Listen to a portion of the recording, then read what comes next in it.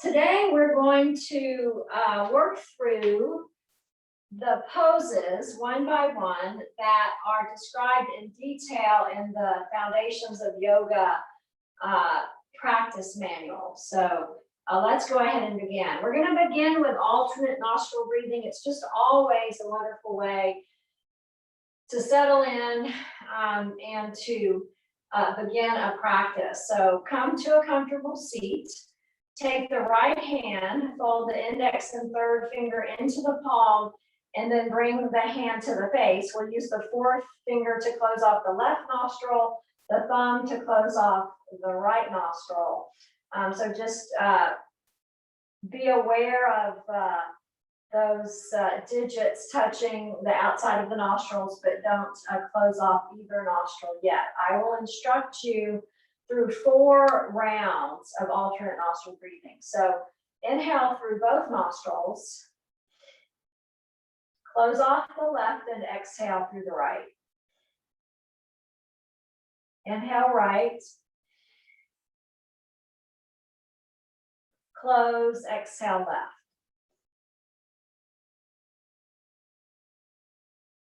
Inhale left, close, exhale right. Inhale right, close, exhale left. Inhale left, close, exhale right. Inhale right, close, exhale left. Inhale left, close, exhale right.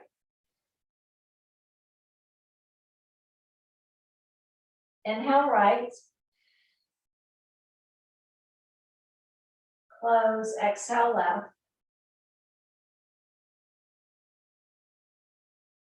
Inhale left, close, exhale right.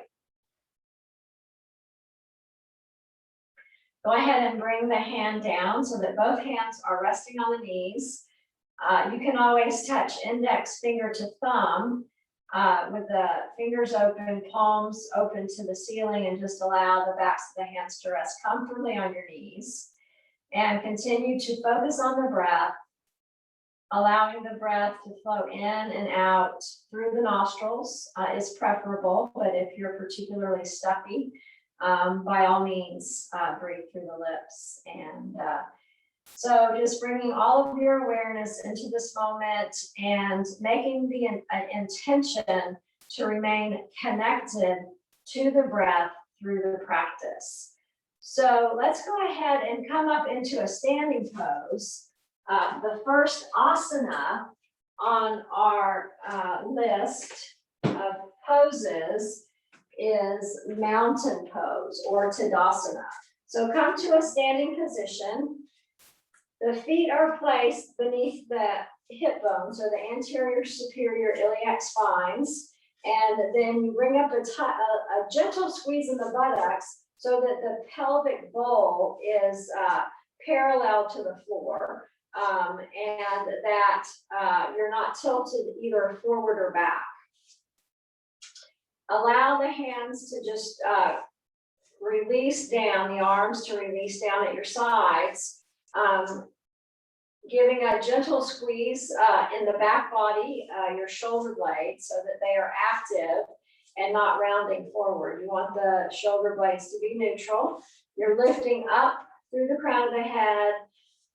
When you practice Hatha yoga, it is preferable that you have a soft gaze so that your eyes are open. However, the eyes can be kind of like halfway, if that makes sense, the eyelids.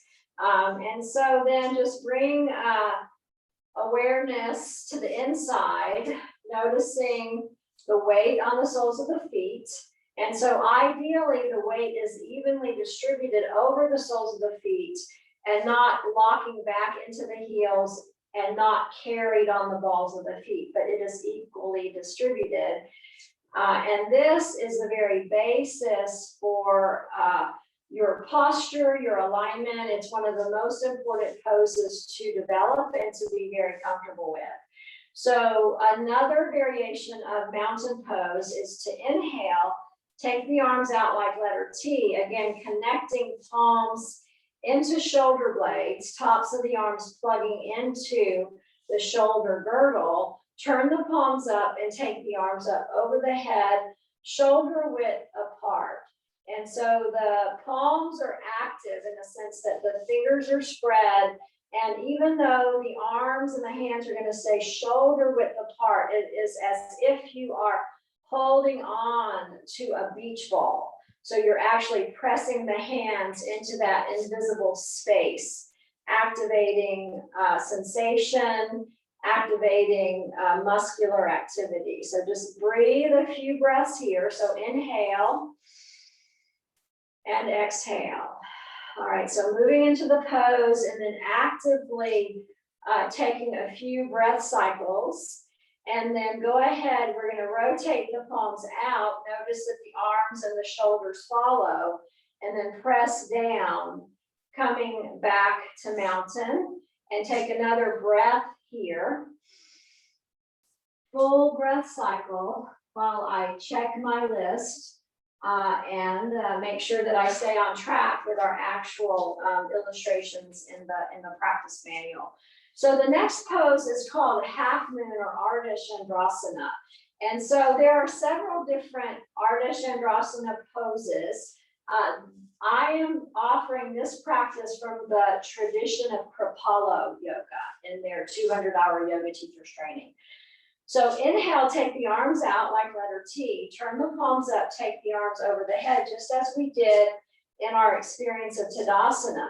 So we're going to press down into the soles of the feet and then lengthen all the way up through the crown of the head and all the way up to the tips of the fingers, lifting and lengthening. And then we're going to laterally stretch. So in other words, lifting up, lengthening on the in breath, and then on the ex breath, on the out breath, go ahead and just begin to laterally stretch to the right. So the feet stay firmly grounded. You're lifting up, lengthening. That left hip can move out to the left a little bit. And then the shoulders reach to the right, arms, fingertips reach to the right, and the head remains in the neutral alignment. And then go ahead and inhale, bringing that back to center. Exhale, lift and lengthen, reestablishing that basic alignment. And then on the next exhalation, go ahead and reach, open stretching or laterally stretching is the best way to describe this movement. To the left, right hip pushes out to the right, keeping that right shoulder back. Try not to allow it to round forward. Okay, breathe and notice. And then go ahead and come back to center. Turn the palms out and take the arms all the way down to your sides. Take a nice deep breath in and out. And so simply experiencing the effects of the pose, just giving yourself a moment always between poses to reflect and to observe the inner environment. So the next pose that we're going to do is called Uttanasana, also known as chair pose. So again, we begin in mountain or Tadasana. We'll do two different variations of this pose today. So for this first variation, take your arms out front, keep your feet placed where they are, okay? And then we're going to simply bend our knees and keeping the torso upright as if you're sitting in a hard back chair. Breathe deeply, and on the exhalation, draw navel back towards spine so that you're activating your core muscles.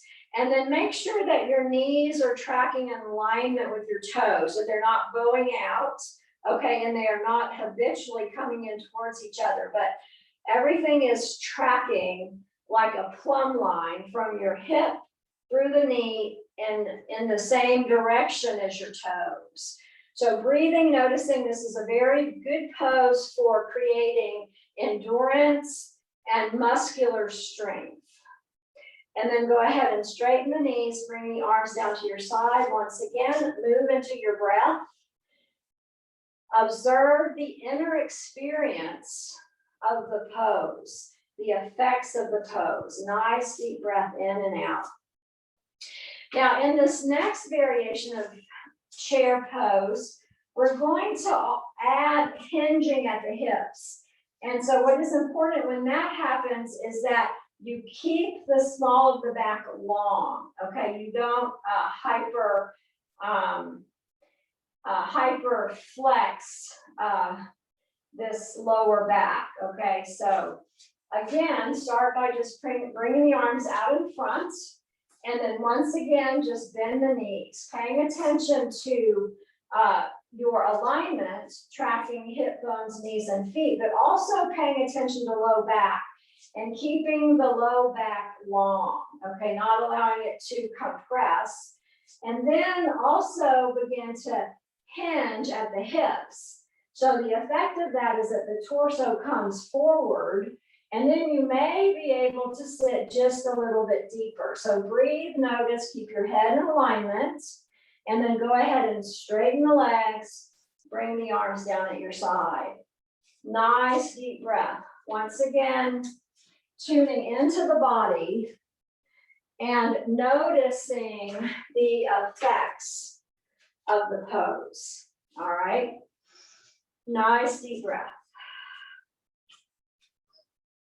So the next pose that we will do today is Warrior II, Virabhadrasana II. And so on this pose, we begin to explore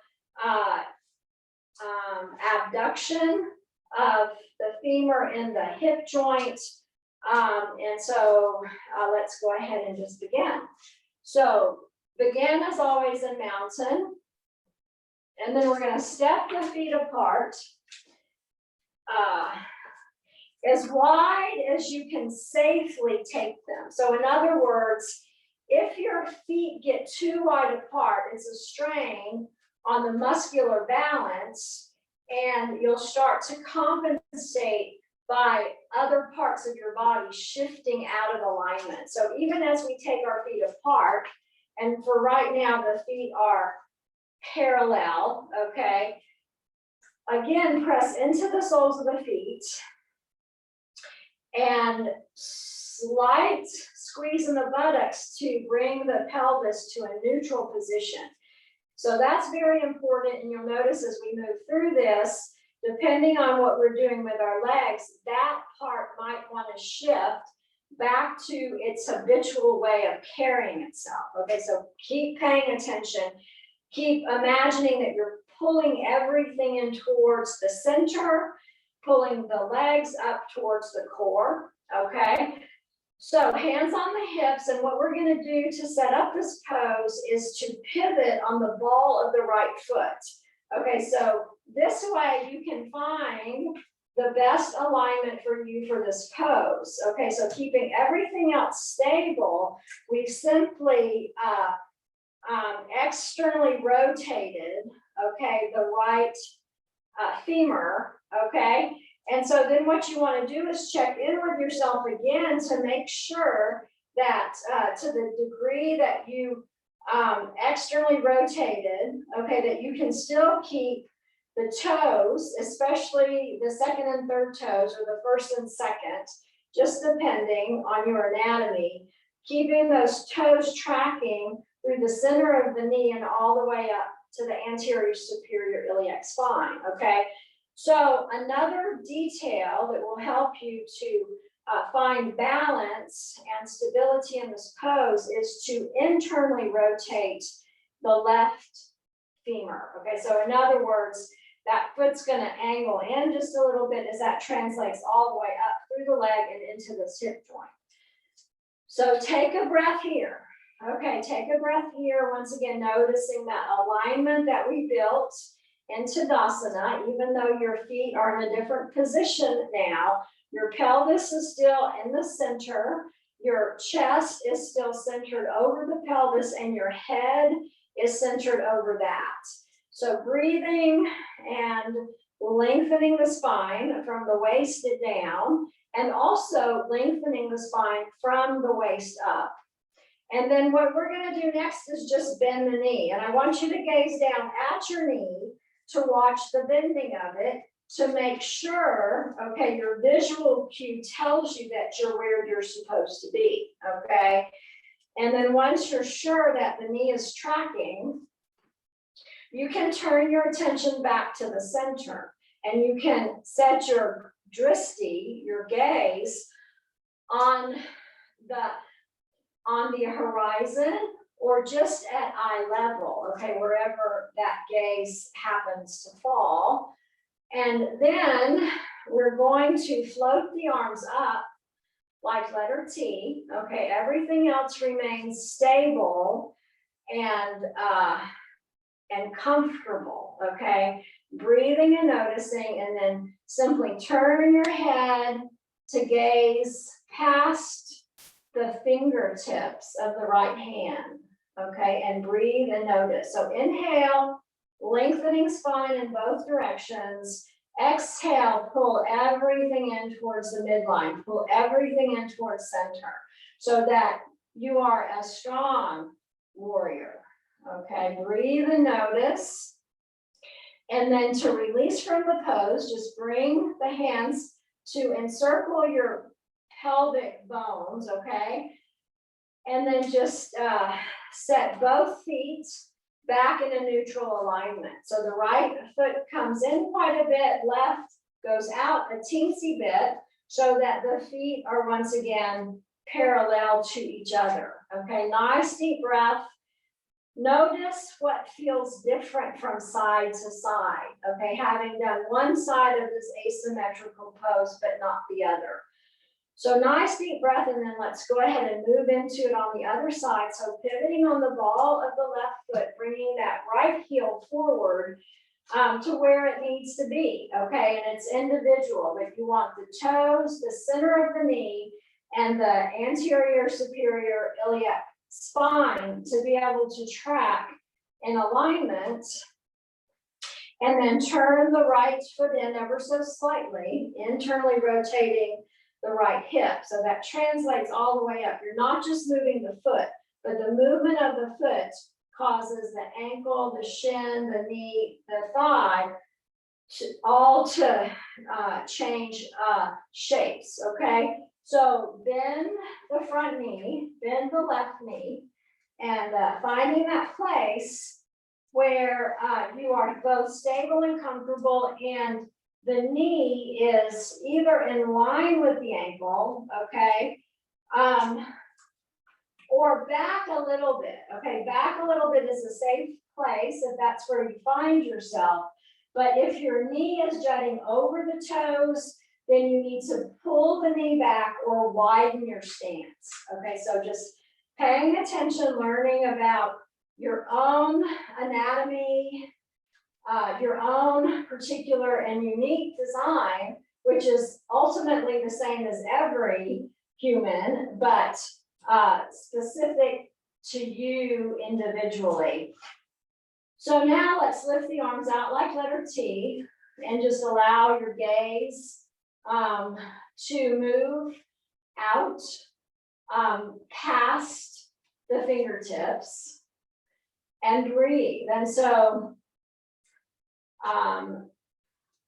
as you breathe, notice muscular activity, notice alignment, and allow the body to ever so gently and elegantly to tweak itself. Okay, so your body knows what to do. You set these principles of alignment in place, and then that frees your body to extend into its deepest possible expression of the pose.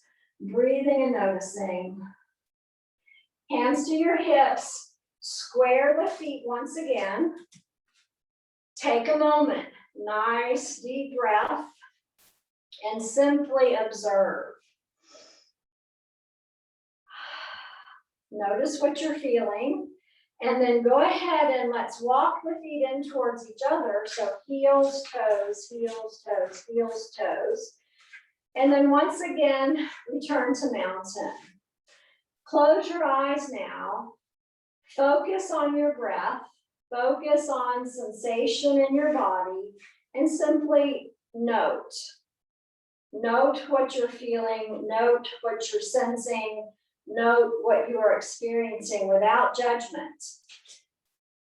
And so then the next pose on our list is, it's called Dandasana or stick pose.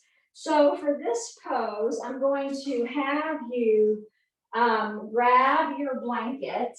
Okay, if you have these cotton Mexican blankets are great, they're very utilitarian, but anything will do.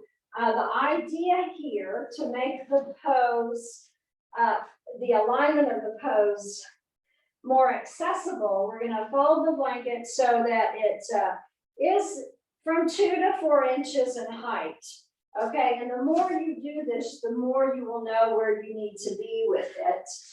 And so let's go ahead and put the blanket on the floor. And if you have a strap, you could grab a strap. And I don't have mine up here, so it's not that big of a deal. But let's go ahead and just come here. And with the legs extended, okay, sitting on the blanket or on the edge of the blanket. Again, the feet are about hip bone width apart. That's always a nice, good, safe placement because it is an expression of your normal natural alignment, the way that the bones, tendons, and ligaments are most likely to be able to find balance, okay, of contracting and contracting and relaxing. So, so for this pose, what we're going to do, the feet are flexed, and ideally there's a full extension at the knee joint, okay? So normal range of motion in a full extension is probably close to 180 degrees, but I would have to refer to my notes, okay? But if you have a little chronic contracted flexion in the knee joint, okay, just be aware of that as well, accepting it for what it is. And then one helpful tool would be to roll a blanket underneath it so that you have something to press down against. But you know, in the future, if you do this video again, you may want to consider that. But for now, extending your legs as completely as they can. And flex your feet. So flexing the feet activates the musculature. And then notice if your feet want to turn in towards each other or turn out. And consciously correct for that, placing your feet as if they are standing on the wall. Okay, and notice how that feels. So set your hands down beside you. And I always like to use what I call teacup hands because it protects my wrists.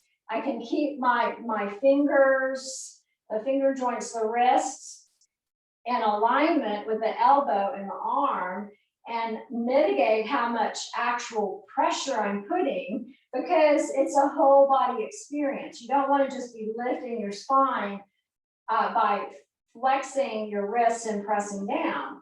It's a matter of balance and integrity. So breathing, noticing, and using this light touch of the finger pads on the floor to help you to connect into the shoulder blades, allowing the shoulder blades to come onto the back body so that the thoracic curve is neutral. The tendency here is to exaggerate the thoracic curve, because often the chest muscles are constricted or tight and the back muscles are weak. And so part of the process of creating a more functional alignment, particularly through the chest cavity, is playing with those opposing forces, okay? So with all of that in mind, pressing into the finger pads, lifting up out of the pelvis, and the goal is to have neutral spinal curves, okay? So the sacral curve and the thoracic curve mirror each other, the lumbar curve and the cervical curve mirror each other, and none of them are exaggerated in their concavity or their convexity, okay? So breathing, notice, lift and lengthen. This is Dandasana, and it is a very challenging pose, and it is worth spending a lot of time in, okay? Doesn't look like much, but I would imagine you just might be feeling it. So from here, from this pose, we can move into spinal twist, which is also called Matsyendrasana. Matsyendrasana is the Sanskrit name for this pose. So you can stay positioned as you are. I'm just turning to face the camera because I think it might be more instructive. And so still in stick pose, or the Dandasana. So that's just like mountain pose was a good beginning point for a lot of standing poses. Dandasana is a good starting point for a lot of seated poses. So in this spinal twist, we're just going to bend the knee and place the foot comfortably close to the pelvis. And so when I say comfortably close, it's a position that allows all of the rest of your body to remain stable and aligned. So in other words, only the hip and the knee flexed as you brought your foot closer. Wrap the arms around the shin. Okay, you never want to put pressure on a joint. So hold on lower than your knee and press into the sits bones, flexing that left foot because that's going to help keep everything in a stable alignment, okay? And then what we can do is continue to hold on to the shin with the hand, take the right arm out in front, okay, so at shoulder level. Again, spread the fingers so the palm is active and engaged, and you're plugging the top of the arm bone into the shoulder socket. And then the first part of this is to turn your head. Okay, so we're going to turn our dristi or our gaze to the right. We're going to continue to lift up and lengthen, continuing to turn the head as far as it will go, as we also set the gaze as far behind us as we can, because the body will go where the eye leads. And so from here, we're going to reach out and around, reaching that arm as far behind us, plugging in the top of the arm bone to the shoulder socket.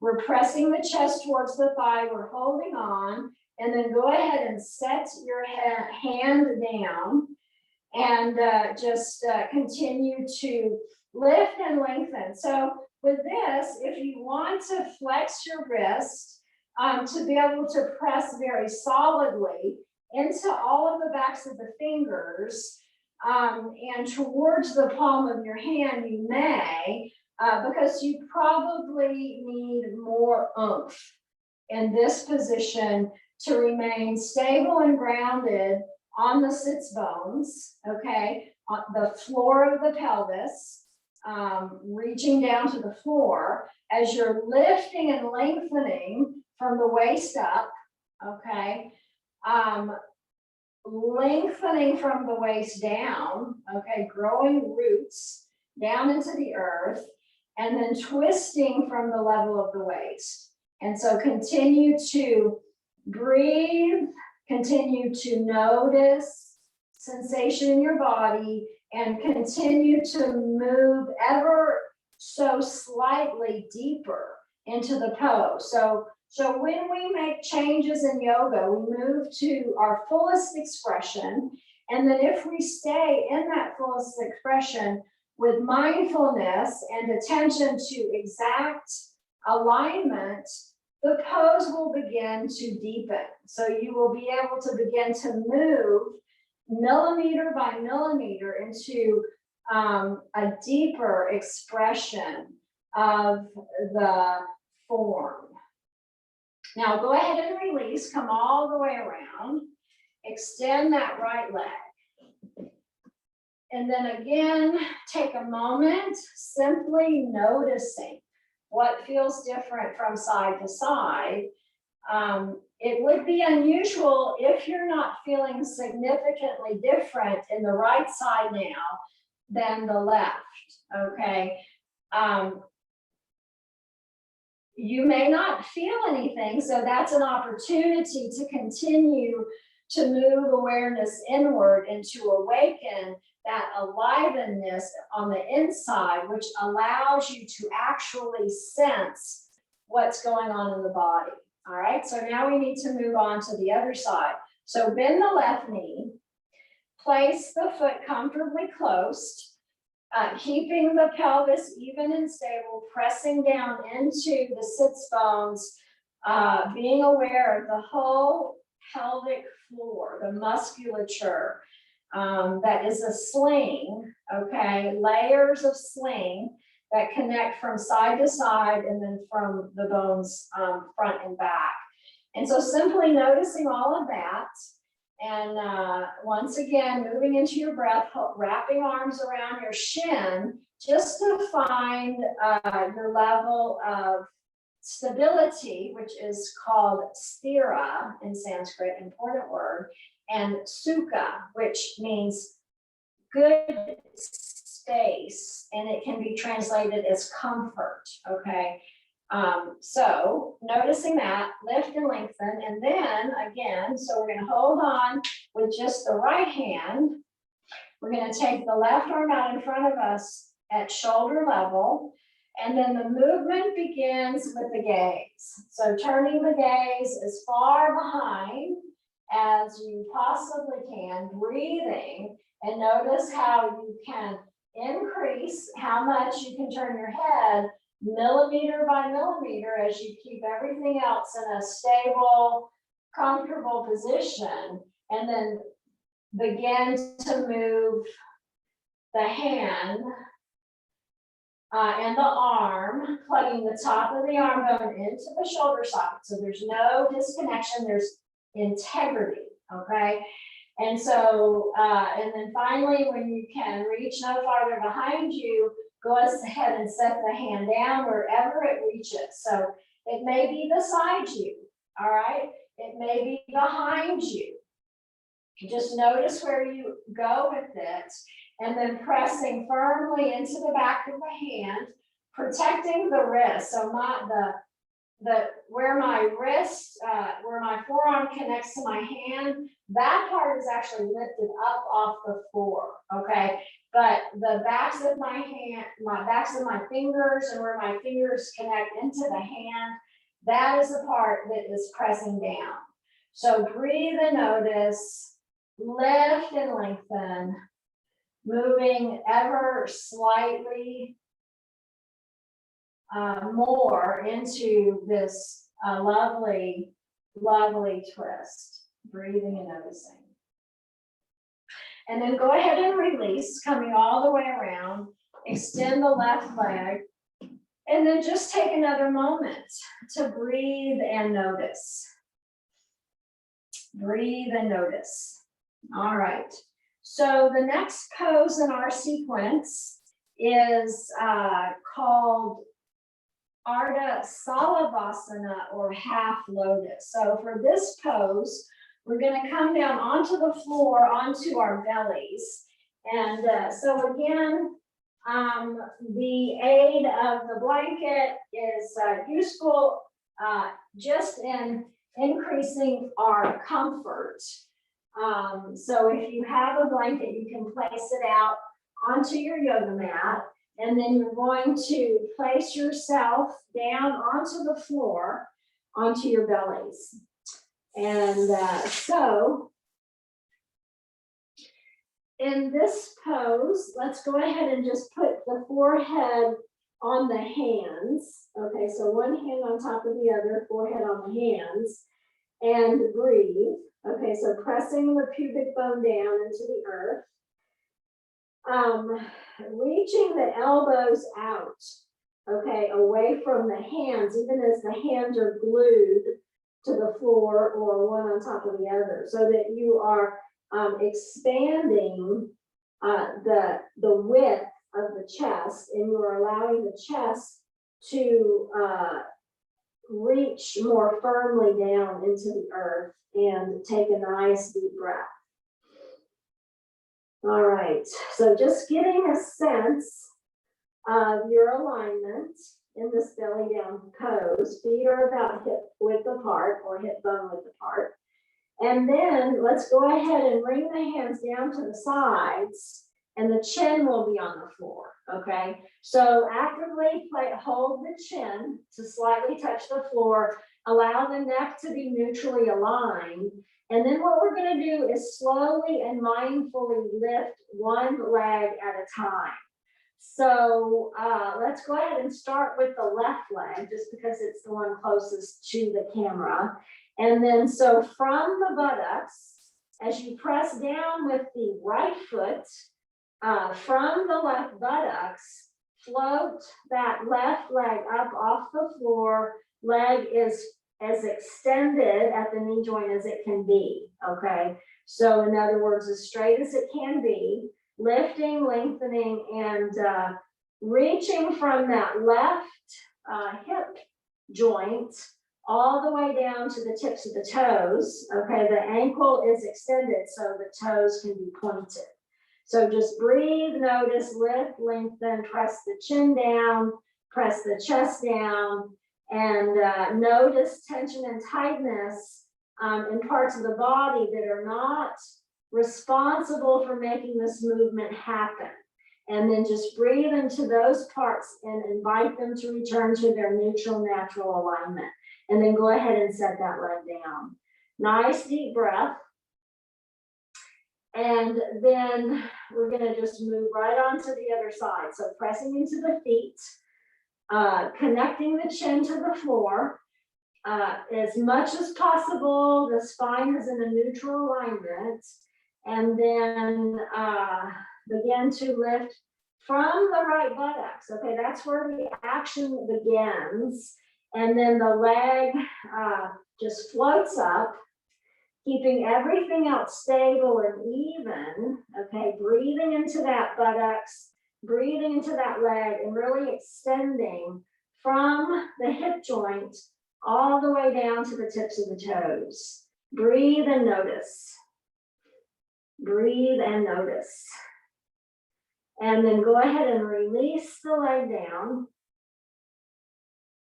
And then let's take the hands back underneath the forehead. Take a nice deep breath and notice what feels different from side to side. Notice if the front of your body feels longer, okay? And then just gently rock from side to side.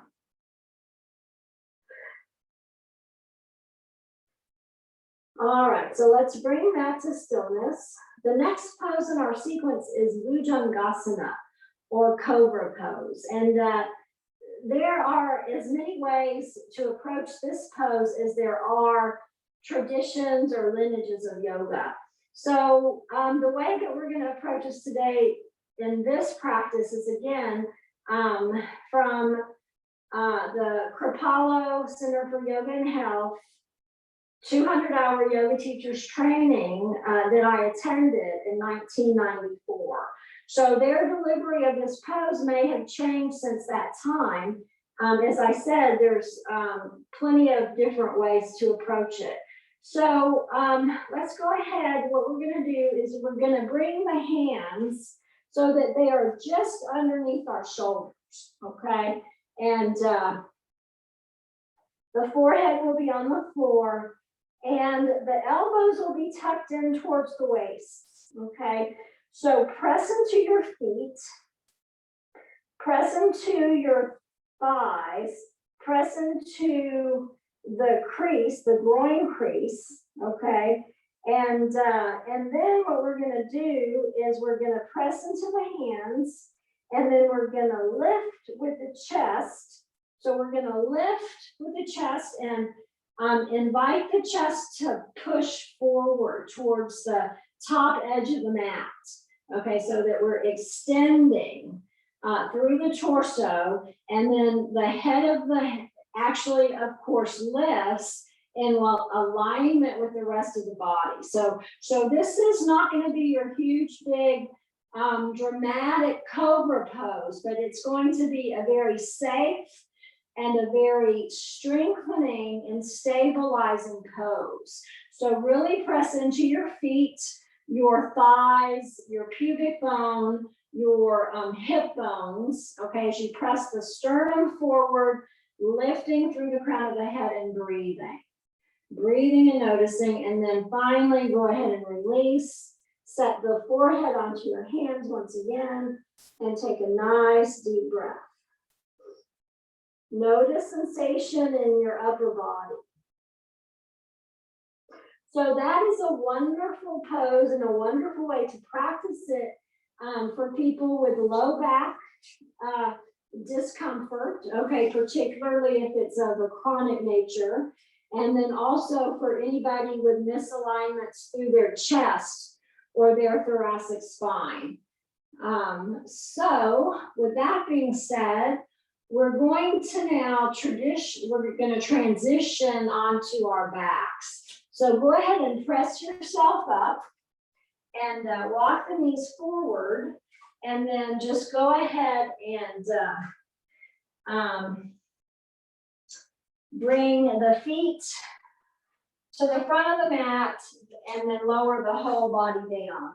Now you could have obviously just rolled over onto your side, but in transitioning that way, we got to once again, use our feet, our knees, our hips, our wrists, our arms, in order to physically transition from one group of postures to the next.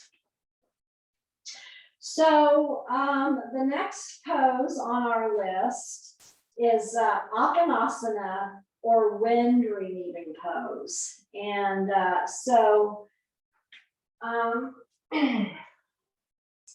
I'm going to move my blanket because I can see that it's going to be in the way in regard to what we're going to do after this. Our next pose after this will be moving towards a bridge pose.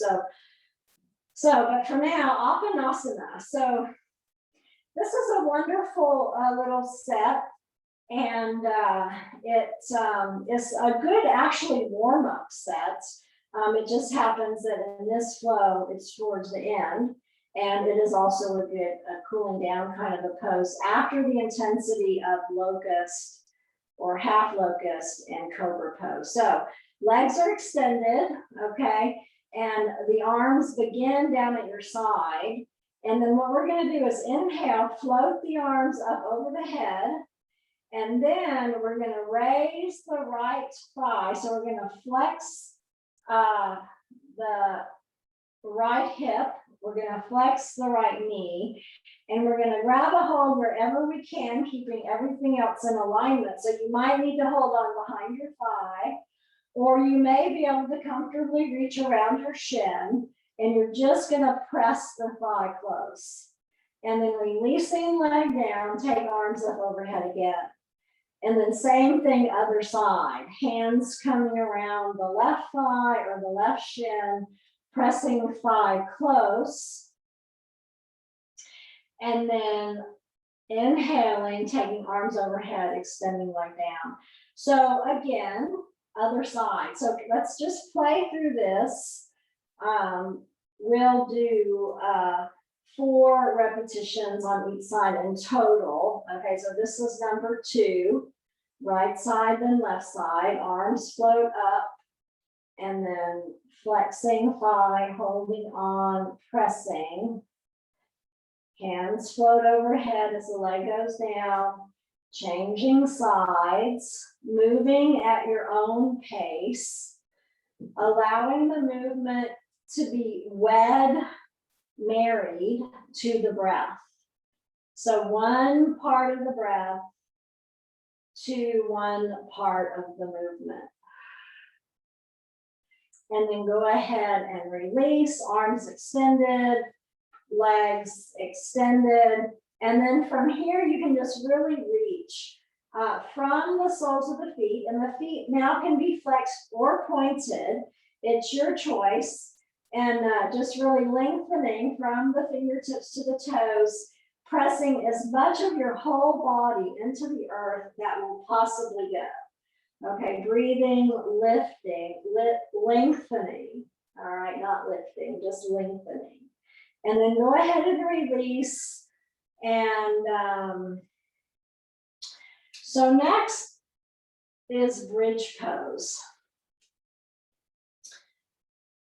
So go ahead and set your feet comfortably close to the buttocks, okay? And again, you want it set up just like in Tadasana or mountain pose, so the feet, the knees, and the hip bones track in alignment, okay? And so in this pose, as is usual in most leg poses, there can sometimes be a tendency for the knees to bow out or for the knees to press in towards each other. And what you want to do is to focus on that alignment. Okay, hip bones, knees tracking in line with your toes.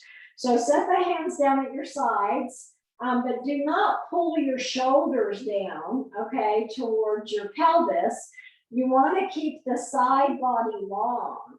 So you want to keep the shoulders neutral or even tucked up a little closer to the ears. And what that does is that protects your seventh cervical vertebrae, okay? It's the one that can become exposed if you draw the shoulders down towards your feet. So press down into your feet, press down into your hands, your shoulder blades, the back of the head, and then just go ahead and lift the buttocks, okay? And then stop when you feel like you have lifted as high as you can.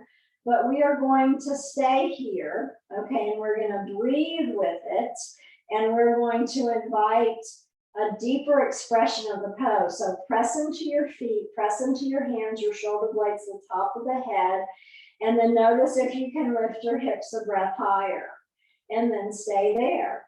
Take another breath and reinforce the integrity of the pose. So pressing into your feet, pressing into your hands. You can squeeze the shoulder blades together to create a little bit more opening through the chest cavity, but keep the back of the head pressing down as if you are looking down to the floor, pressing the eyeballs down to the floor beneath you, okay, looking out the wrong side.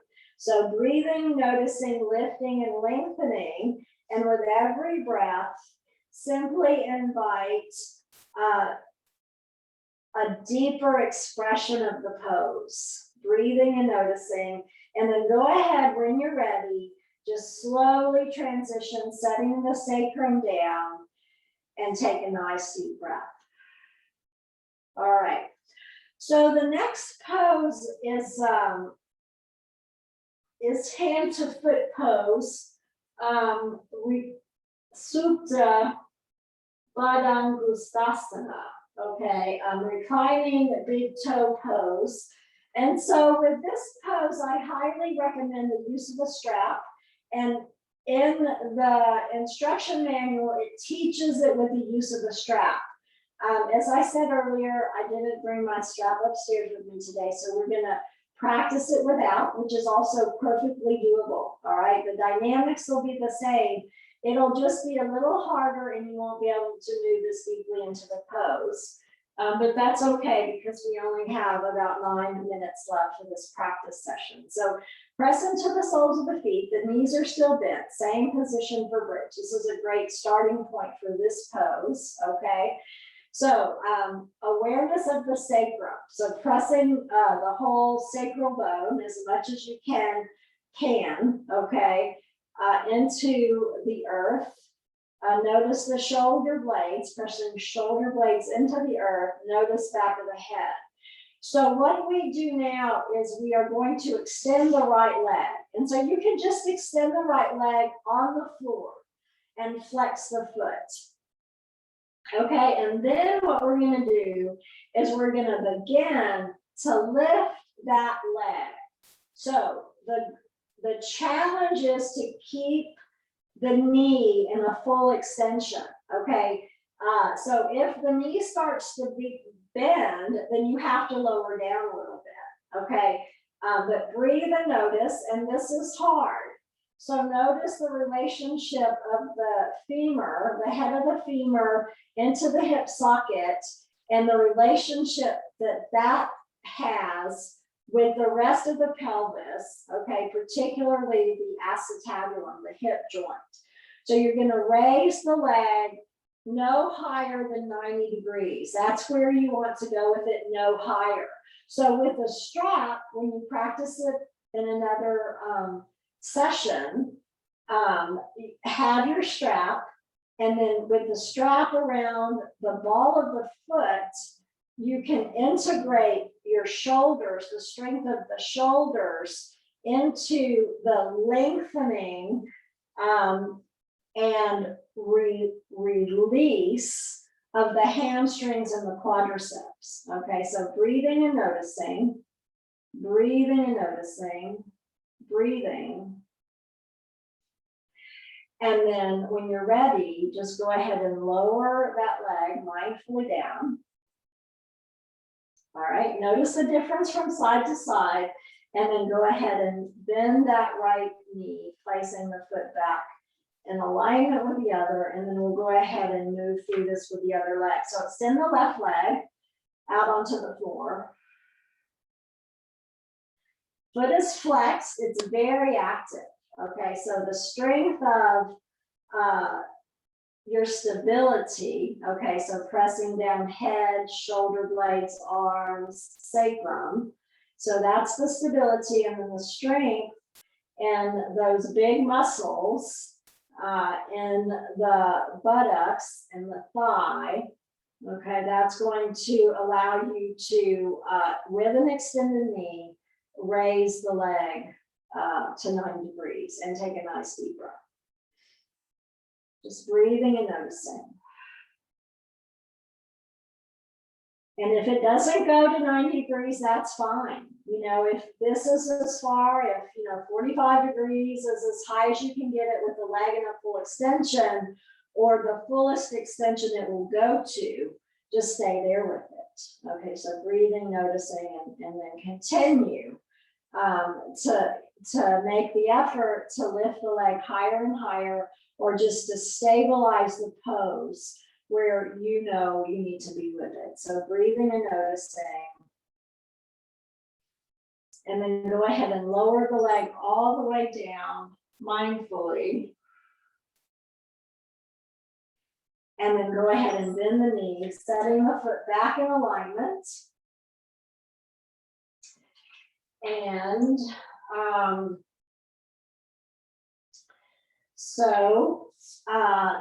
the last pose that we will do is a very gentle back release. So take the feet as wide apart as the mat, and then gently take the knees down to the right. Head turns to the left. So it doesn't matter how close to the floor they get. Just allow it to be easy, okay, wherever you can easily go with it. And then go ahead and bring the knees back to center, and then take the knees down to the other side. Nice, slow, deep breath. Releasing and relaxing. And then go ahead and bring the knees back to center. Extend the legs out onto the floor, wide enough so that the lower back feels released and relaxed. And then bringing the arms close enough to your sides so that there's still openness, but your shoulders and your arms are able to release and relax. And the head is neutral, back of the head resting on the floor, heels resting on the floor. Simply allow yourself to release any effort, release any muscular activity, and simply connect once again with slow, steady inhalation and exhalation, allowing the mind to remain present to the breath and present to sensation as you rest in Savasana. Allow yourself to remain here for just as long as you are able to this day. I recommend at least a minute. You can always give yourself at least a minute after an asana practice, but ideally 5 minutes would be just very sweet. So thank you very much for tuning in for 3 o'clock Yoga and Health, Gentle Yoga. I will make a copy of this available on the YouTube channel. And so if you don't already know how to access that, I'll send you the link. Namaste.